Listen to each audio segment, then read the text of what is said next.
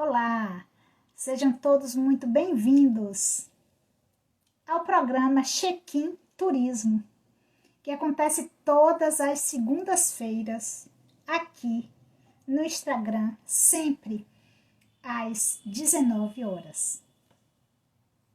E eu, Ana Paula Oliveira, turismóloga, mestre em economia e uma apaixonada pelo tema, vou conduzir essa live com vocês nos próximos 50 minutos. Agradeço aí a presença e vamos aguardar aqui o Carlos entrar para a gente dar início.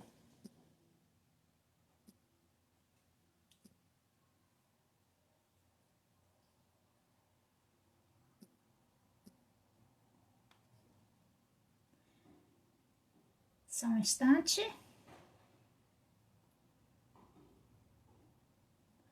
Gente, eu acabei de fazer um teste com o Carlos Augusto, lá na outra live. Eu tô achando que ele ficou lá, no meu particular. Só espera um pouquinho que a gente já vai começar, tá? Falando sobre...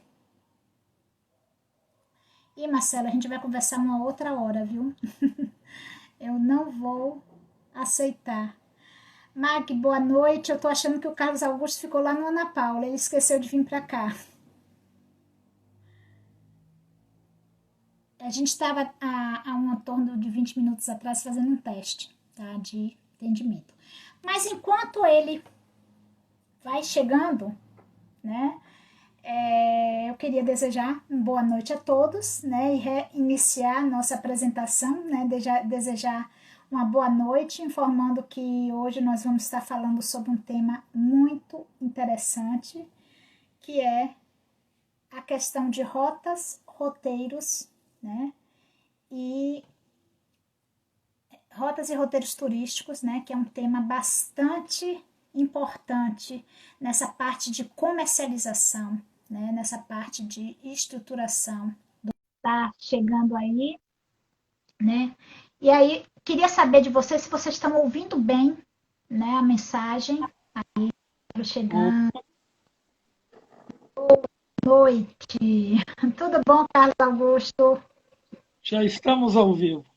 Já estamos ao vivo, aguardando você chegar para a gente dar início. Eu já fiz uma breve apresentação aqui, que a gente sempre do que é a nossa live check-in.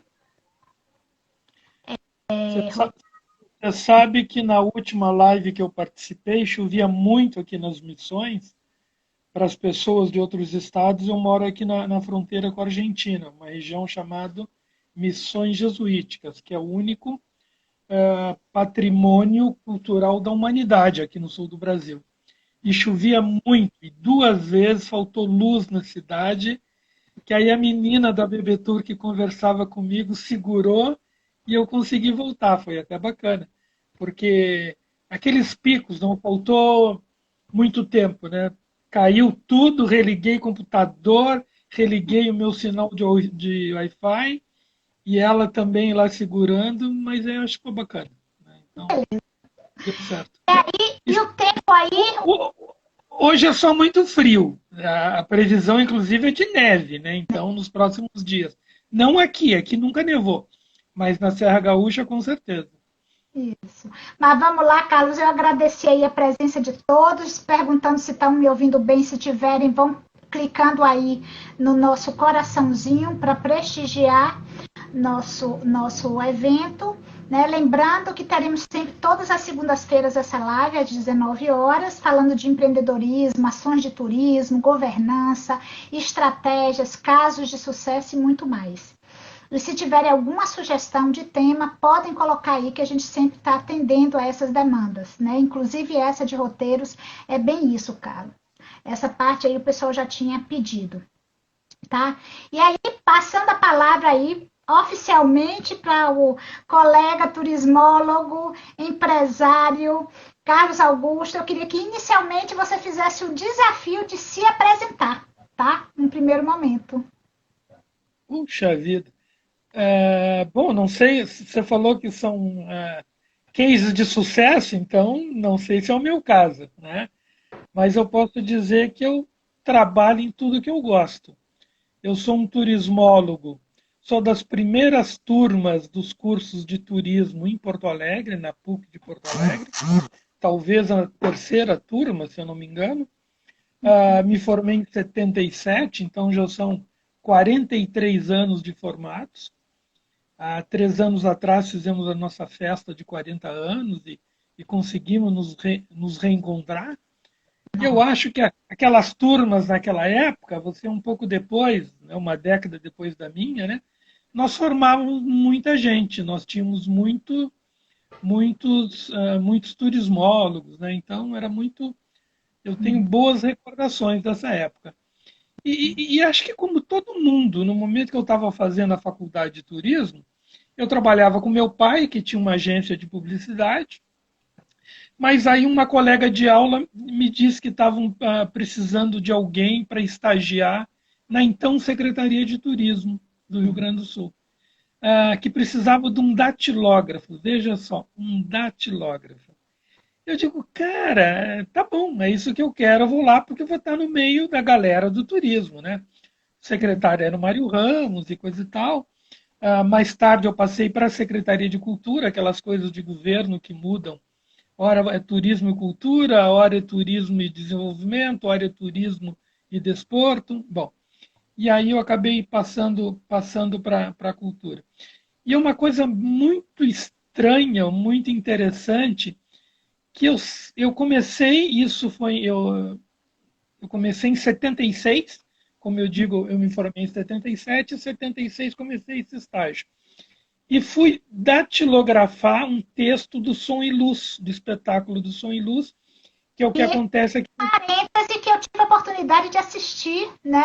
Ainda uma das grandes experiências que eu tive, porque no Brasil não existia, né? Só tinha aí você. Exatamente, que está aqui até hoje. E aí eu sonhar que anos depois, né, eu vinha morar aqui, eu vinha me estabelecer aqui, eu vinha colocar negócios aqui. Eu acho que o mundo dá muita volta, né? Sempre gostei muito de viajar para o exterior, as pessoas mais íntimas sabem a quantidade de países que eu conheço e as viagens que eu já fiz, que são muitas mesmo. E numa das minhas primeiras viagens, eu conheci os hostels, né? Viajar de mochila e coisa e tal. E me lembro que quando eu voltei, aqui tinha um secretário de turismo, Lauro Guimarães, e que depois foi diretor da Embratur. E eu disse para ele, doutor Lauro, vamos incentivar essa história de hostel. Eu fiz o intercâmbio, cheguei de fora. Né? E ele se entusiasmou e começou. E depois o Dória que foi o grande, a Zezé sabe disso, né?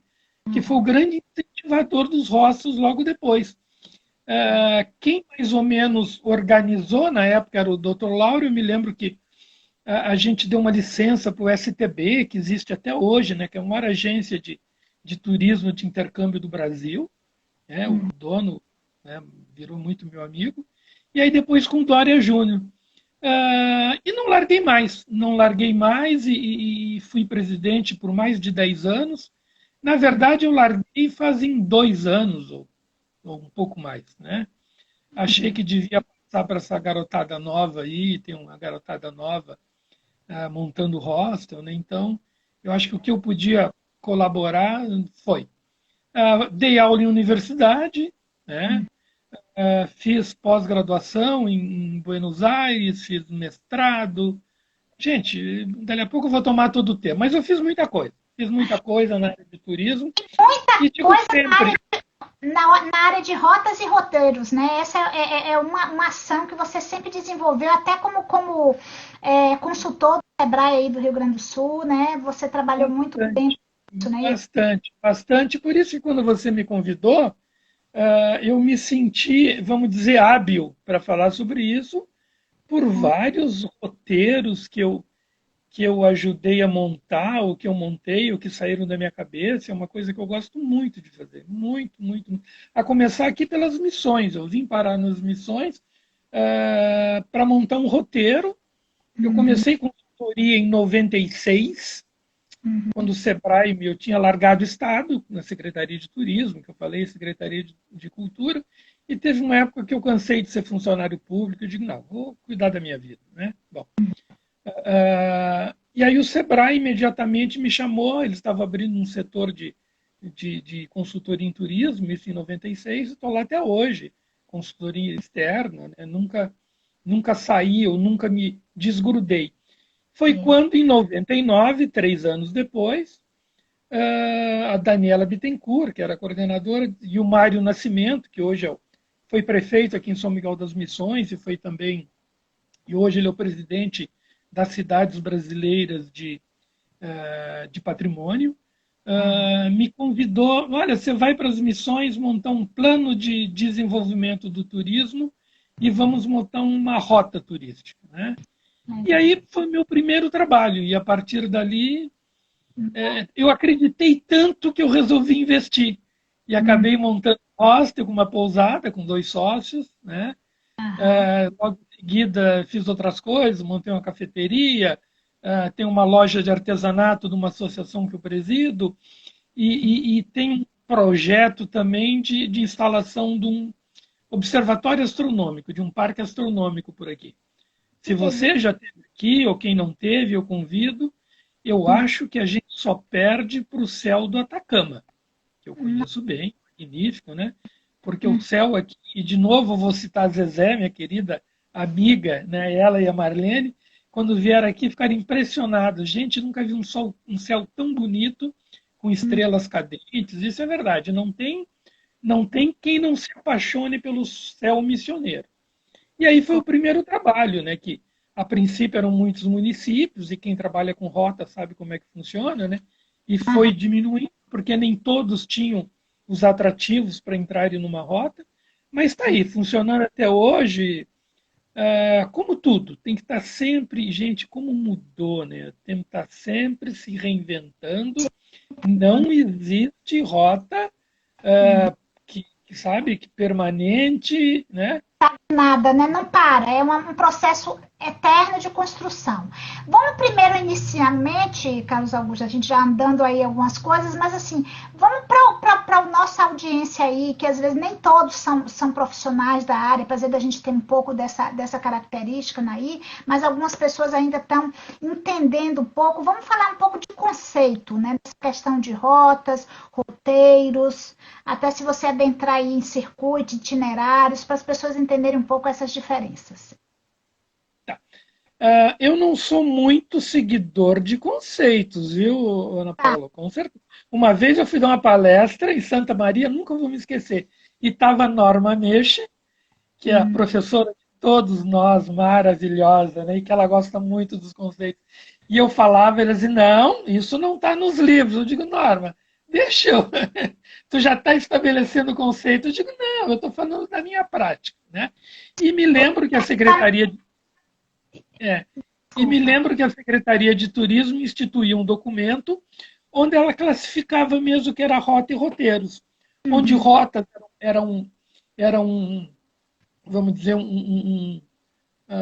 geograficamente maior, né? Um recorte, essa era a palavra, um recorte geográfico maior, onde várias cidades, né, se mapeiam com seus atrativos e montam uma rota, e o roteiro faz parte disso. O roteiro é de cada cidade, onde eu vou para o lugar tal e vou fazer o roteiro tal. Uma rota pode ter vários roteiros, e você sabe disso, ninguém tem tempo para fazer tudo.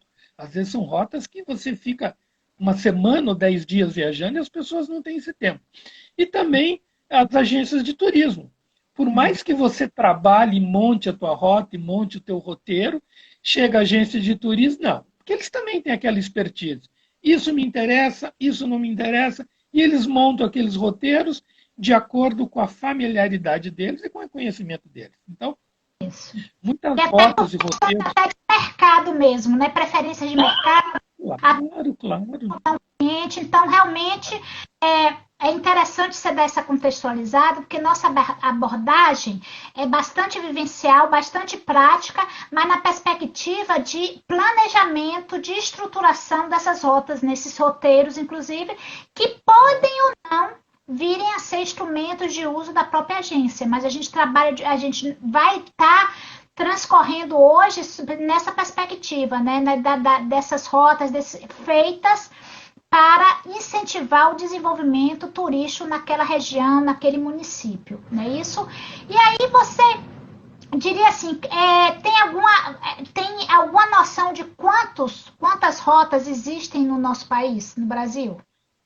Bom, primeiro eu queria dizer da primeira rota no meu tempo de universidade, que essa sim existe até hoje, que é a Rota Romântica, que foi montada pela Norma Meche, de novo eu vou citá-la, né? E que existe até hoje, saindo da Grande Porto Alegre e termina em Gramado e Canela. E foi toda pensada, e estou falando de 30, 40 anos atrás, desde a da simbologia, desde os plátanos da beira da estrada. Você sai de Porto Alegre e antes de chegar em Gramado e Canela, tem muita coisa para você fazer, de visitar, desde café colonial, gente, coisas assim que funciona mesmo até hoje. E aí, o poder dessas rotas turísticas, e não quero desviar do assunto, mas é interessante. Uma vez eu fui dar uma palestra para o Sebrae, numa cidadezinha pequena da Rota Romântica, que se chama Presidente Lucena. E aí cheguei lá, tinha uma senhora e coisa e tal, que ela tinha um negócio de vender cucas. Cucas, no Brasil, são aqueles pães alemães, né, doces, recheados e coisa e tal. E eu digo assim, nossa, que bacana, quanto tempo a senhora tem isso? Ela me diz, olha, desde que um dia a gente estava sendo capacitada para essa rota romântica, chegou um consultor, que eu não me lembro o nome, não me lembro quem é, mas me lembro do que ele disse. Aquilo me marcou, então não importava o consultor, importava o que disse. E aí ele teria dito, diz, olha, essa rota romântica vai dar um fluxo muito bacana a partir de Porto Alegre. A senhora tem uma casa na beira do caminho, do asfalto, e a senhora poderia botar cucas nas janelas e oferecer para o público que está passando. E ela gostou da ideia e fez. E não é que deu resultado? E as pessoas paravam e compravam aquelas cucas, aqueles bolos maravilhosos, ou para ir ou para voltar. E a partir dali ela foi crescendo e acabou montando uma cafeteria, né? E aí você vê o quanto o turismo, nós que trabalhamos com isso, representa de oportunidades de renda, né? Em coisa super bacana, e ela feliz da vida. Então aquilo para mim assim foi o melhor exemplo, um primeiro exemplo, e se a gente tiver tempo, eu tenho assim vários, a gente que trabalha de pessoas que tinham outra atividade e dali a pouco aceitaram uma proposta minha, ou do consultor, ou do Sebrae, ou seja, de quem for, de participar de alguma rota, um roteiro, e estão felizes da vida, por tudo. Não só comercialmente, claro, de viverem disso, mas da alegria que é receber turistas, de ser valorizado aquilo que você montou. Isso é muito bacana, isso dá uma satisfação assim fantástica. Mas aí é o gosto do turismo, né? De trabalhar com turismo, trabalhar com pessoas e trabalhar com as pessoas de forma positiva, né? Com elementos de emoção, de alegria, e isso é muito prazeroso, é muito interessante.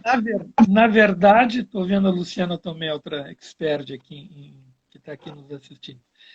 Na verdade, o turismo é de pessoas para pessoas, né? Essa é que é a realidade. Cada vez mais, e depois dessa pandemia, numa retomada, e a gente sempre fala na valorização do turismo regional. Bom, mas eu vou te responder ao que você me perguntou. Eu imagino, Carlos, que tenho hoje no Brasil mais de 300 rotas turísticas. Se o Brasil tem 25 estados, e cada estado tem pelo menos um pelo outro 10, 15, 10 vezes 25 é 250. O Rio Grande do Sul, pelo menos 30 ou 40 rotas turísticas ou roteiros. Onde você vai, eles montam, e a maioria com muito sucesso. Você vai ali na Serra Gaúcha, a Serra Gaúcha é composta de vários roteiros.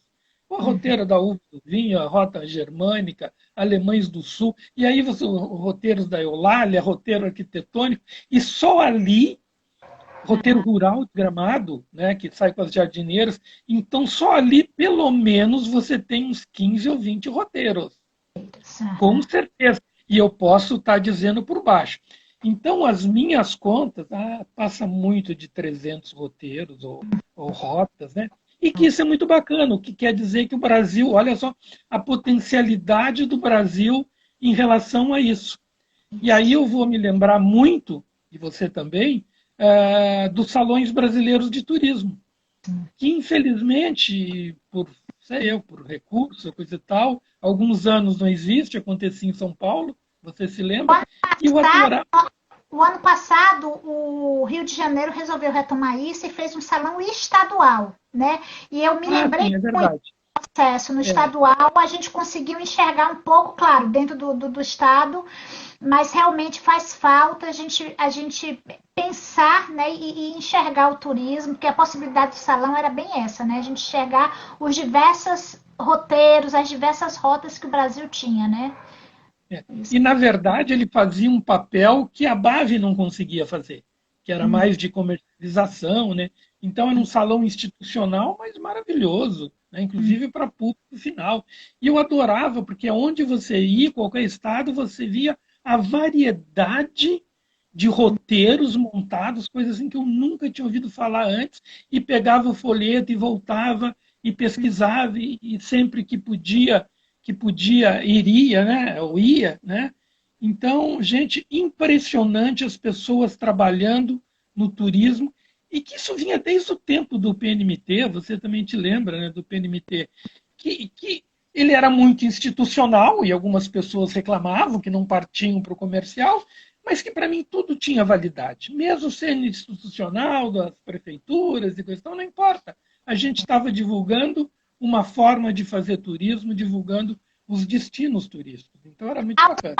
Aos mais recentes, para a gente não pensar que nós somos muito velhos, mas aos mais recentes, PNMT, Programa Nacional de Municipalização do Turismo, que veio seguido depois aí com uma proposta de regionalização do turismo, que é hoje o que o Ministério apregoa, né? Mas antes da gente falar um pouco dessa coisa da regionalização, eu queria ver contigo um pouco sobre.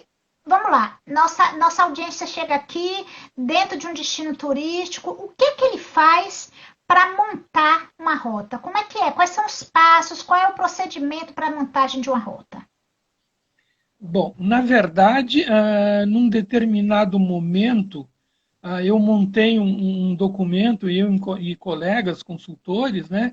E, na verdade, eram 47 perguntas que se fazia, né, para montar uma rota. Parece que é fácil. É uma coisa gostosa de fazer, mas você tem que pensar em tudo. Desde quem acolhe, desde horário, desde acessos, tudo. Eram 47 perguntas, né?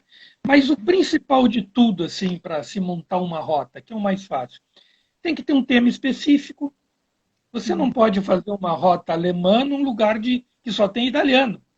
Então, quer dizer, você tem que ter aquela identidade, aquela autenticidade. Um roteiro religioso é onde as pessoas praticam a religiosidade. Não adianta você forçar a barra que não vai dar certo. Então, temática específica, tem que ter uma autenticidade, tem que ter um desenvolvimento sustentável. O que é um desenvolvimento sustentável? Cultural, social, econômico e até político, né? São 5 formas de sustentabilidade. Por que o político? Porque o grande problema, né, tem a preservação também das raízes culturais, costumes locais. Eu posso falar o dia inteiro o que representa, uma noite inteira, o que representa essas rotas, esses roteiros. Mas o fundamental em tudo isso é a governança. E eu morro de inveja quando vejo aqueles roteiros da Serra Gaúcha, todos têm governança. E era um problema mesmo que a gente vai, trabalha e muitas vezes não consegue deixar a governança forte. A governança o que é? É um grupo que comanda aquilo tudo, quase sempre por alguém privado, porque prefeito muda. Eu vejo aqui o exemplo de São Miguel das Missões, que nós tínhamos um prefeito que eu acho que já falei, que durante 8 anos a prioridade dele era turismo e a gente acreditou e vamos juntos, e que depois mudaram prefeitos, que para eles começaram a valorizar o agronegócio, e que não tinha nada a ver com turismo. Né? Ou começa a valorizar outros segmentos, outros fatores econômicos. E que poderia dar uma aderência, né? Porque o agroturismo é uma possibilidade muito forte, né? Quando você pensa a agricultura, o turismo rural como elemento aí, né? E às vezes desprivilegia, e muitas vezes por isso que você acabou de colocar, a questão da governança. Se você tem uma governança forte, ela segura essas instabilidades políticas inerentes aí da vida, né? Se você não possa. Isso. Então eu vejo, voltando a falar em rotas, né, e voltando a falar no Salão Brasileiro de Turismo, eu me lembro Santa Catarina tem pelo menos umas 10, 15 rotas, seja ali do caminho germânico, seja do caminho dos príncipes, seja do contestado, o próprio Rio Grande do Sul. Eu me lembro que nós tivemos um diretor de turismo, que é o Abdon Barreto, que ele também era do Conselho de Turismo da FEComércio, e que ele trabalhou muito essa questão dos roteiros. Muito, muito, muito. E criou até um site que as pessoas podem pesquisar, que chama-se Rotas e Roteiros do Rio Grande do Sul, é da FEComércio, e que ali eu não quero exagerar, mas eu acho que tinha uns 50 roteiros. Se você olhar Bahia, e você que é baiana, quantos roteiros? Quantos roteiros? É a Costa do Descobrimento, é o roteiro do Dendê, a Costa do Cacau, a Costa das Baleias, e aí vai, né? Salvador dos roteiros. Eu trabalhei num projeto ali, e que aí tinha uma pessoa que era o Difan, daqui a pouco eu me lembro o nome dele, e ele montou uns roteiros para Salvador, que até hoje eu me lembro, maravilhosos, conceituados. E aí você vê, Salvador você consegue ficar pelo menos 15 dias fazendo roteiros diferentes, com certeza. Então veja a possibilidade. E que aí você vê, e a gente fez um trabalho do aproveitamento das agências de turismo, que naqueles 15 roteiros que você fizer um por dia, eles pegam um pedacinho de cada um, que nós ou vocês, os bacharéis, eu não sei quem, montaram aqueles roteiros. Olha, aqui em Salvador são 15 roteiros maravilhosos, mas que o agente de viagem vai e pega um atrativo de cada um deles e monta o seu pacote. Né? E você não tem o que fazer, não tem o que dizer. Né? Mas um turista que tenha tempo, e aí são categorias de turista, e eu me incluo nisso, né? Ele pode, não, peraí, hoje eu quero visitar um circuito arquitetônico das igrejas, ou gastronômico, e aí você consegue fazer os teus roteiros e vem com uma visão assim maravilhosa. Eu gosto muito disso, eu pratico muito disso. Porque daí a pouco você começa a pincelar tudo quanto é coisa, meu Deus do céu. E aquelas coisas, e não sou contra as agências de turismo, de forma alguma, mas muitas vezes, quem já viajou sabe, você não sai da janela do ônibus. Você é um exemplo de Salvador, ali no Tororó, né? Olha, aqui tem os orixás, e você olha e bate foto e não descem, até porque é complicado descer ali, né? Olha, aqui é a Praça Castro Alves, aqui não sei o que, e aí vai indo. E você passou o dia, visitou tudo em Salvador e não desceu em nenhum, a não ser no Pelourinho. Não é verdade, né? É uma verdade. A gente às vezes, mas vai para o perfil do turista hoje, que eu acredito que ele está mudando um pouco. Ele está buscando mais chegar e visitar mais esses elementos, fugir um pouco dessa questão, inclusive, das agências e soltar, né, do ônibus, diria no popular, soltar do ônibus e ir de fato conhecer. Ô, Carlos, deixa eu dar uma parada aqui, que eu não estou dando conta. A gente já teve mais de 200 pessoas aqui participando, a gente está com um volume grande. Bacana. Bem Muita gente interessante. Elogiando você e elogiando aí o teu trabalho. Houve uma pergunta aqui, houve a questão da instância de governança regional, vieram para preencher essa lacuna, formada por um público de secretários e privados, né, o CONTUR e as entidades. Foi falado aí que em Santa Catarina eles estão em pleno funcionamento, porque hoje as instâncias de governança regionais hoje são pré-requisitos dentro do mapa turístico, né, para que você faça parte desse mapa turístico. Né? Houve uma pergunta aqui na estante de número que eu não me perdi. Vou fazer muito bacana. o roteiro da Baía de Todos os Santos, não é, Mag? Jarbas colocou aqui que tá doido para ir fazer, para rodar ali pela Baía de Todos os Santos. E aí houve uma questão, né, sobre como essas rotas, né, e os próprios roteiros em nível local, eles podem, de fato, beneficiar o turismo pós-pandemia. Você vê essas rotas como uma opção? Claro que vejo. Esse, eu acho que agora é um grande momento do turismo regional, não sou eu que falo. São os grandes especialistas. Nesses 5 meses parado, você, eu e várias pessoas, quantas lives a gente participou com pessoas categorizadas, né? Pesquisas realizadas, seja pelo Ministério do Turismo. Eu vejo muitas matérias, revista Exame, revista desses blogs também, que hoje o turismo regional que vai ser valorizado. Né? Por quê? As pessoas vão ter um pouco ainda de medo de viajarem de ônibus. Né? Eu falei numa live uns dias atrás, aqui no Rio Grande do Sul tem uma empresa de ônibus muito conceituada, que é a Ouro e Prata, que também está no norte do país. E essa Ouro e Prata tem uma linha que é muito rentosa, que é de Porto Alegre a Santa Rosa, na fronteira com a Argentina, a terra da Xuxa. Bom, e aí era uma linha que sempre o ônibus tinha 40 e poucos passageiros, e agora o ônibus é para 16. Veja só os cuidados, as pessoas continuam ainda com esse medo de entrarem no ônibus, então todo... E está sendo um problema sério, porque o preço da passagem ainda é o mesmo, a gasolina é a mesma, o motorista é o mesmo, o custo que eu quero dizer, e ele viaja com 16 passageiros. Né? Então, cada vez mais as pessoas, é o que se diz, vão viajar nos seus carros e com as famílias. Isso. E eu te dou essa certeza porque eu digo assim, eu sou muito feliz que eu vejo turista todos os dias. Aqui em São Miguel das Missões, todos os dias tem turista. Pode não ter como Salvador, como Gramado, como Canela, mas todos os dias tem turista. 10, 20, 50, 1000, né? E eu converso. E aí eu vejo. Vejo porque eles vêm nos seus carros com as famílias, guardadas todos os protocolos e os cuidados, né? E que não aguentam mais ficar nas suas casas. Eu agora estava num outro hotel aqui em São Miguel e eu vi quando chegou uma família muito grande que ocupou 5 apartamentos, eram todos da mesma cidade, próxima aqui de São Miguel, mas que saíram para o final de semana. Dizendo, não, chega, vamos, né? E vieram todos, né? Então eu vejo muito essa oportunidade, muito, muito mesmo, dessas famílias que viajam nos seus carros, e não só a família, o exemplo que eu dei, aquela local. Vem também o primo, vem o irmão, vem o cunhado, várias pessoas. Opa, vamos viajar junto e vamos para um lugar. E vem. E isso que ainda tem essa história de que, né, o pessoal ainda tem medo da vacina. Né? De não existir a vacina, eu quis dizer. Né? E é uma coisa interessante, que é isso. Brasil conhece o Brasil, região conhece a região, que está muito próximo, e aí foi colocado aqui que os atrativos do Rio foram abertos recentemente e os cariocas começaram a visitar.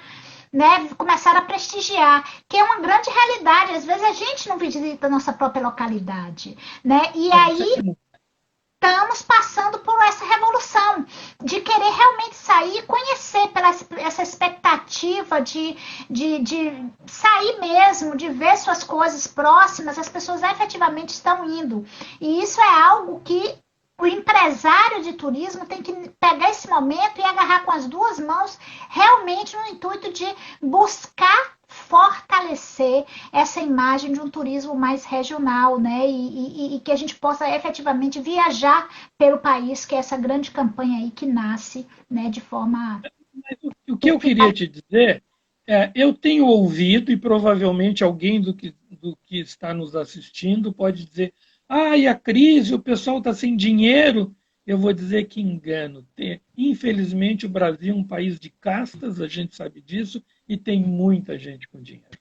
Eu agora viajei para a fronteira, ali em Livramento, tem uma fronteira com Ribeira e tem um free shopping, onde as pessoas vão, mesmo com dólar alto, vão lá comprar bebida, comprar, né, roupas, eletrodomésticos e parará.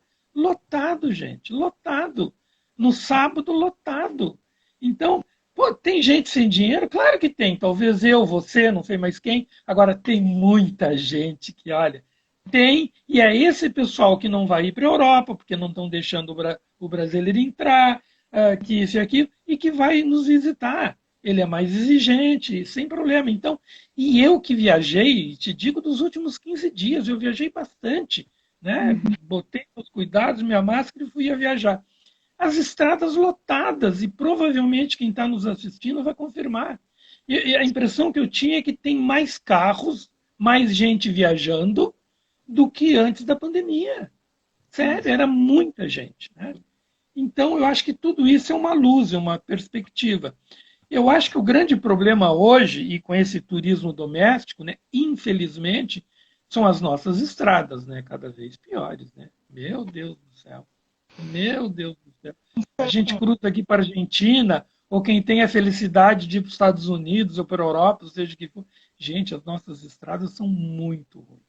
Muito ruins. Principalmente as estradas regionais, né, locais, né, realmente é muito ruim e perigosas, e às vezes a questão também da segurança do próprio motorista, que às vezes dirige de maneira irresponsável. Então nós temos um problema de infraestrutura e um problema também, muitas vezes, do próprio motorista, né, que não tem os cuidados devidos, né?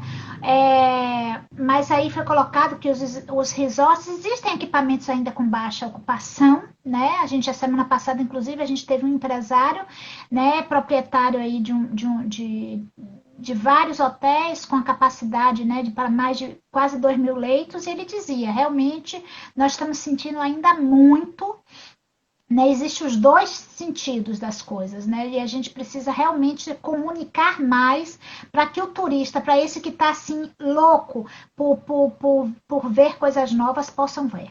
Mas retomando a questão aqui um pouco de rotas, você falou um pouco dessa sua experiência com rota. Mas eu queria, se você me permite, até sobre isso que você falou. Quando eu estou falando numa perspectiva, claro que agora essa minha viagem foi em hotéis, que realmente ocupação baixa, uma pena, lamentável, uma pena, todo mundo segurando, né? Mas numa perspectiva boa, nisso eu acredito. Talvez hoje a realidade realmente não tem ninguém que possa dizer, opa, e até porque as pessoas estão trabalhando com, claro, com a capacidade inferior. Eu vejo aqui pela gente. Não, está muito ruim, né? Mas eu acredito muito. Né? Eu pensava, e já falei também, e aqui vai para os gaúchos, e porque eu sou um gaúcho, né? Que setembro seria o nosso mês de virada, porque setembro é o mês dos festejos no Rio Grande do Sul. O Rio Grande do Sul fica em festa, e a semana farroupilha, todo mundo se veste de gaúcho, se pilche, vai dançar e vai andar a cavalo. Então, a semana farroupilha representa para nós o mesmo que São João para o Nordeste, o Carnaval para o Rio de Janeiro. E eu digo, bom, agora vai ser a nossa virada. E aí ouço dizer e vejo no noticiário que o desfile nessas cidades mais tradicionais foram cancelados, o acampamento Farroupilha em Porto Alegre era um sucesso, mais de 1 milhão de pessoas, também cancelado. Quanto se está perdendo de dinheiro, quanto se está perdendo, né? Meu Deus, é muito. Por mais que a gente diga, temos que preservar vidas. Com certeza, com certeza. E ainda com a informação aqui trazida da Rosângela, que os europeus estão vindo para o Brasil, e aí ela cita o caso da prima dela, que veio de Portugal e não teve nenhum problema. Agora, nós brasileiros não podemos ir para fora, né? Mas que eles venham, né? Que a gente possa fazer todo um protocolo de segurança e que eles efetivamente consigam chegar. Mas o mais importante é a gente fortalecer esse turismo regional, né? E aí, em termos preparo para receber esse turista que tem capacidade, que está deixando de ir para a Europa, mesmo com dólar alto, que está deixando de ir para os Estados Unidos, até porque não tem essa possibilidade de deslocamento, né? De fato, ele está restrito a esse turismo nacional, né? Quais as rotas turísticas que você imagina que se destacam? E dentre as tantas rotas aí que você desenvolveu, quais delas te traz maior satisfação e você enxerga mais resultados a partir da realização dessas rotas? Bom, eu acho que essas rotas tradicionais, né, vão seguir sempre, né? Não, você não consegue, por mais que tenham produtos novos, né? Aquela coisa do ciclo do produto turístico, né? Então eu vejo as cidades históricas de Minas. Gente, inquestionável, aquilo é sempre, né? Eu sei que hoje eles têm problema, alguns lugares fechados, né? Mas essa para mim é a mais forte, tanto quanto a nossa rota, a rota romântica que eu falei, da Serra Gaúcha, a Serra Catarinense, gente, maravilhoso. Ou a Rota das Muquecas no Espírito Santo, são a Minas Gerais, Rota do Café, que aí eu já trabalhei num projeto com a Luciana Tomé, que são das águas, do ciclo das águas. Caxambu, uma cidade aristocrática, linda, São Lourenço. Veja só. Então, todas essas, né, eu vejo que eles chamam também da Rota das Emoções, que é Jericoacoara, Lençóis Maranhenses. Né? Então, todas essas continuam. Né? Eu acho que está no nosso. E até porque eu sempre vejo pelas revistas de turismo, pelos cadernos de turismo. Né? Eu, às vezes, lamento que não tenha muitas vezes uma rota nova, mas elas se fixam, acho que você sabe disso, em função de demanda dos agentes de viagem que pagam a publicidade.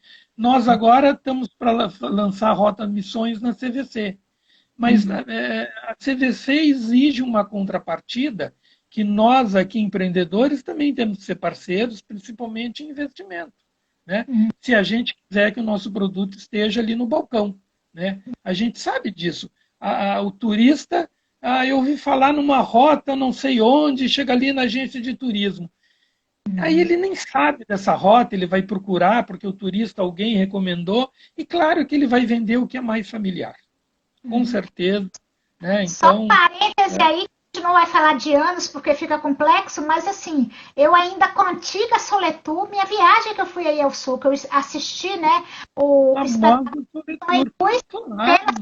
foi a das missões, né?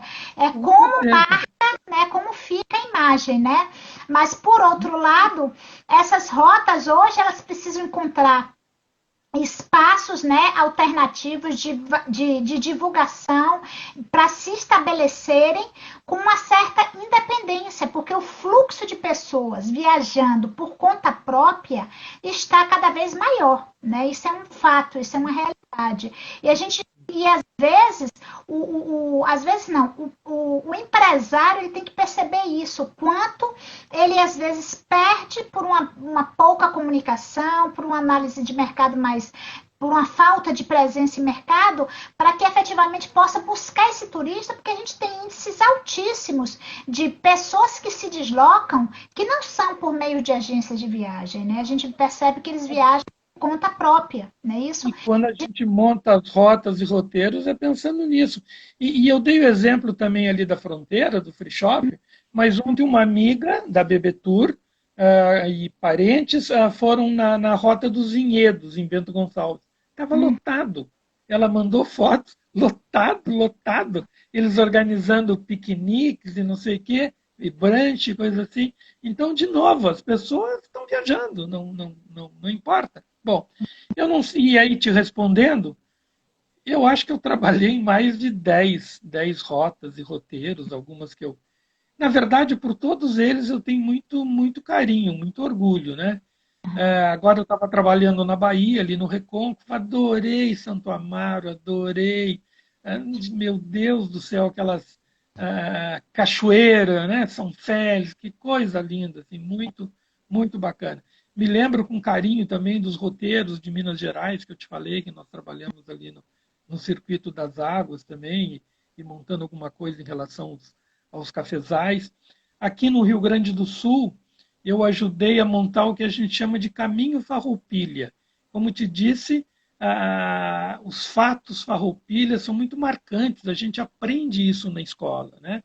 E a gente conseguiu montar um roteiro, que ele partia aqui da cidade de Guaíba, ia até Piratini, passando Pelotas, Rio Grande, e que as agências recortaram. Então, eles põem caminho em Farroupilha, vão naqueles lugares que é mais interessante, coisa assim, e que o turista também, ele mesmo também pode recortar, porque o tempo que ele tem talvez não seja o suficiente para visitar todo o roteiro, né? E gosto muito de trabalhar em cidades pequenas, humildes. Eu acho que o trabalho é melhor. Eu trabalhei aqui numa cidade que se chama Santo Antônio da Patrulha, e veja só, a gente montou a rota da cachaça e da rapadura, porque a terra da cachaça, como em Minas. Para montar esse roteiro, eu fui a Minas e fui ver a rota da cachaça em Minas, porque eu adoro copiar as coisas. Eu não tenho a mínima vergonha. Onde eu vou, eu bato foto e digo, puxa, isso a gente pode adaptar lá na minha cidade, onde eu estou trabalhando. Faço muito isso. E aí fui ver a rota da cachaça em Minas, adorei, e montamos ali em Santo Antônio da Patrulha, que existe até hoje, que assim, ó, é uma graça, eu gosto muito, muito legal mesmo, né? Interessante quando você Não tem, fala, eu gosto muito de trabalhar em cidades menores, parece que o trabalho da gente é visto, né? Não é que é o trabalho da gente, mas a gente sente o resultado de uma maneira mais forte. não, Né? não é As isso que pessoas quando a gente chega, gratas pelo trabalho desenvolvido. Isso é fantástico, né? quando a gente chega, o pessoal está nos esperando. É diferente de uma cidade pequena, e roteiros com várias cidades, que é dificuldade, a prefeitura não cedeu o carro para o cara ir na reunião, o outro empresário não tinha como ir porque estava sozinho no estabelecimento, é uma loucura. E numa cidade pequena fica fácil, fácil.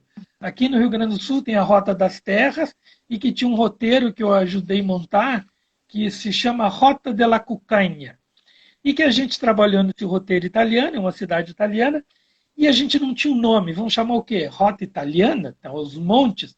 Aí um cara assim, mais humilde, disse, por que não Rota de la Cucanha? Eu digo, o que é a Cucanha? Antigamente os italianos vinham para cá e davam sorte na vida, e ganhavam dinheiro, e chamavam os italianos, né, do continente, da Itália mesmo, para virem cá para ganharem a Cucanha. E Cucanha ganha sorte grande. Se você casou com uma mulher rica, você ganhou a cucanha. Se você ganhou na loteria, ganhou a cucanha. Se você nos seus negócios conseguiu, né? Então Uhum. também e a gente montou esse roteiro. E ali, como eu te disse, tem coisas tão bacanas que eu me lembro que numa reunião também um desses gringos, que a gente chama italiano de gringo, né? Disse, Uhum. professor, eu vou dizer uma coisa. Antes a gente tinha muita vergonha de morar na colônia, muita, muito.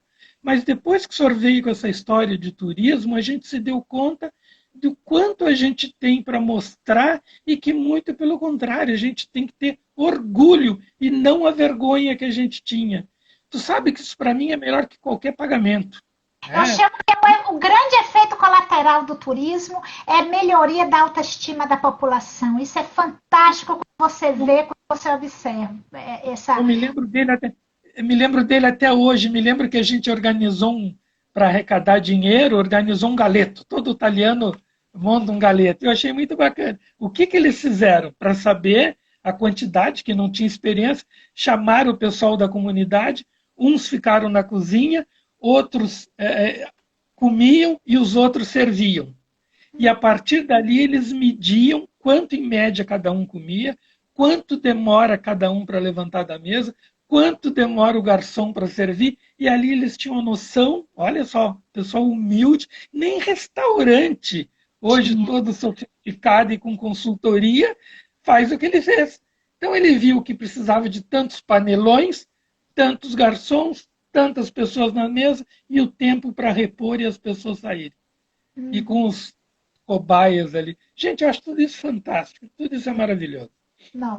O Carlos, tem uma pergunta aqui se vocês trabalham com turismo industrial, que é a cidade aí que ela fala é um polo de industrial ótimo, né?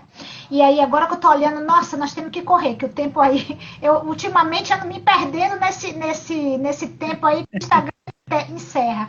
Mas vamos Eu responder. nunca trabalhei com turismo industrial, nunca. Eu sei que tem empresas que existem roteiros que visitam, né, esses polos de tecnologia, né?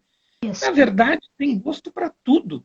Eu fui visitar minha filha agora na Califórnia, em São José, e o que eu fui fazer lá? Fui visitar o escritório do Google, fui visitar do Facebook, da Apple, e eles, olha só, com todo aquela tecnologia, aquela riqueza deles, eles têm uma lojinha para turista.